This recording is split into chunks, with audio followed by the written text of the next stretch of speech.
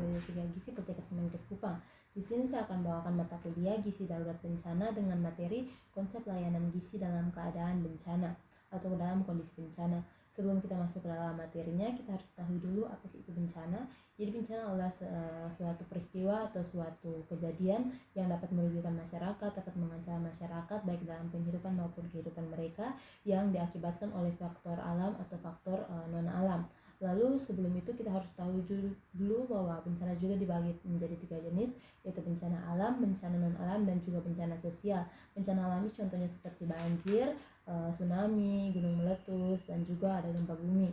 Lalu bencana non-alam itu seperti kegagalan teknologi, ada juga kegagalan modernisasi, lalu ada juga wabah penyakit. Lalu masuk yang ketiga adalah bencana sosial. Bencana sosial adalah konflik-konflik sosial yang terjadi antar komunitas dan juga adanya teroris atau teror-teror. Lalu kita masuk ke dalam pencegahan bencana. Pencegahan bencana itu dibagi menjadi 3, yaitu kesiapsiagaan, lalu ada peringatan dini, dan ada mitigasi. Kesiapsiagaan itu biasa disebut dengan serangkaian kegiatan yang dilakukan untuk mengatasi atau mengantisipasi adanya bencana.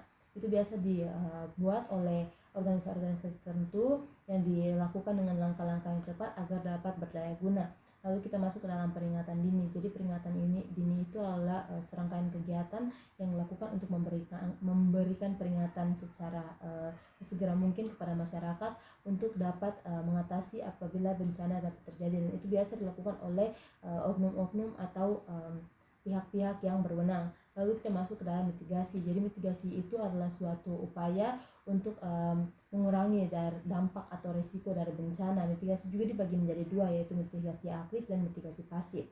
Lalu kita masuk ke dalam penetapan status bencana. Penetapan status bencana juga dibagi menjadi 3, yaitu nasional yang dimana dia ditetapkan oleh presiden, provinsi dia ditetapkan oleh gubernur, dan kabupaten atau kota itu ditetapkan oleh bupati atau wali kota. Lalu kita masuk pada siklus-siklus pencegahan. Pencegahan itu dibagi menjadi 4, ada prabencana dengan potensi tidak terjadi bencana, lalu ada prabencana dengan potensi terjadinya bencana, lalu ada tanggap siaga, dan juga ada pemulihan, di mana tanggap siaga adalah kondisi di mana bencana itu terjadi. Lalu pemulihan adalah di mana bencana itu terjadi dan akan menjalani pemulihan. Pemulihan tersendiri itu juga dibagi menjadi 2, yaitu rehabilitasi dan rekonstruksi. Rehabilitasi itu seperti apa? Perbaikan sarana dan prasarana. Lalu kalau rekonstruksi adalah membangun kembali bangunan yang rusak. Lalu kita masuk kepada krisis kesehatan. Jadi krisis kesehatan adalah suatu masalah yang timbul akibat adanya bencana, seperti adanya korban jiwa, korban luka-luka, yaitu dapat berdampak kepada kesehatan masyarakat.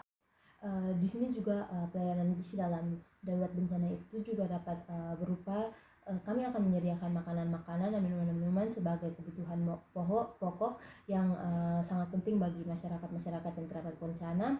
Dan bukan hanya makanan utama yang kami sediakan, kami juga menyediakan makanan-makanan cemilan dapat berupa biskuit, buah-buahan, atau air kemasan apabila tersedia di situ.